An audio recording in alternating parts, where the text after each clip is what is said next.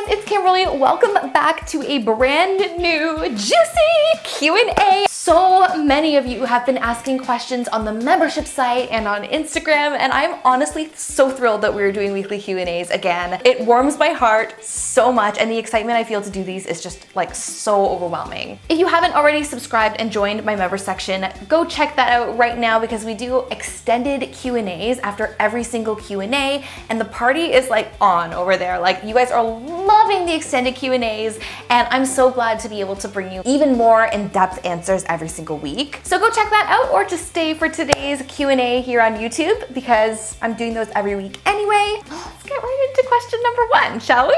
Okay, so the first question is from Andrea. She says, how do you break the cycle of jumping from relationship to relationship and just stay single for a while? I am a firm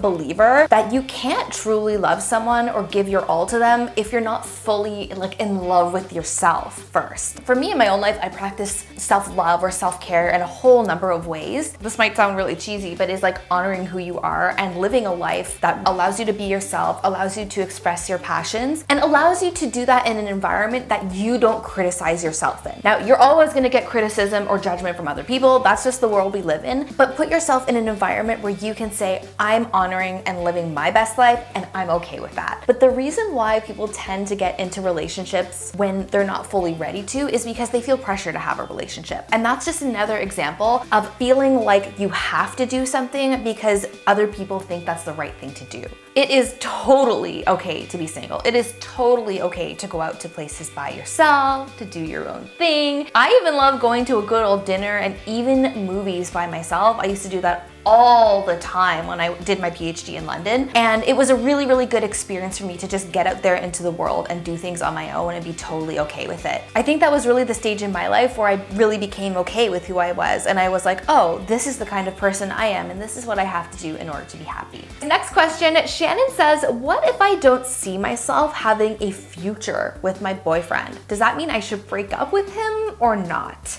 This question is complicated, and I have a really strong answer for you here. This is a long answer, and I think this is more suited for the members section where I have a lot more time and depth to answer these questions. So go on over there if you want to hear the answer to this question. I think this is really juicy, and I can't wait to answer this one. All right, next question, guys. Kimberly, how do you handle an unrequited crush?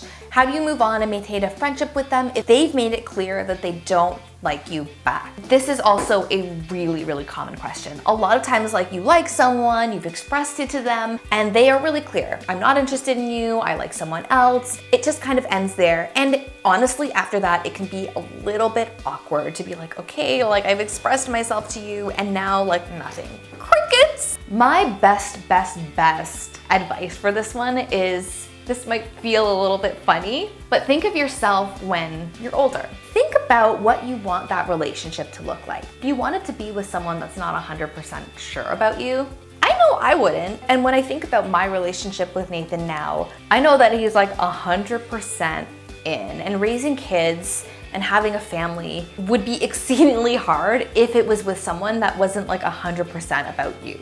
And when someone is able to say, no, like, you know, you're not the one for me, even though that kind of hurts, and we can picture like the fantasy of what it would be like to be with them, in a realistic world, like, you'd probably be miserable. And no, they're probably not gonna change their mind. Like, the chances of that are so slim. I feel like a lot of people really hang on to the idea of that because they think the person might change their mind. No. If they've rejected you, if they've said no, like, don't hang on just because you think that that person might change their mind, because it's probably not gonna happen, and you're gonna waste a lot of time and energy thinking about someone that isn't all about you. The other thing to remember is that even though this person might seem like the center of your world right now, because like you've told them how you feel and that you're still friends with them, like it feels like there's a lot of emotion around that. I want you guys to remember, like, actually how many people are in the world. There are so many awesome people out there that you could have an equal or better experience with who will be 100% about you. So instead of really honing in on this one person out of how many billions are in the world,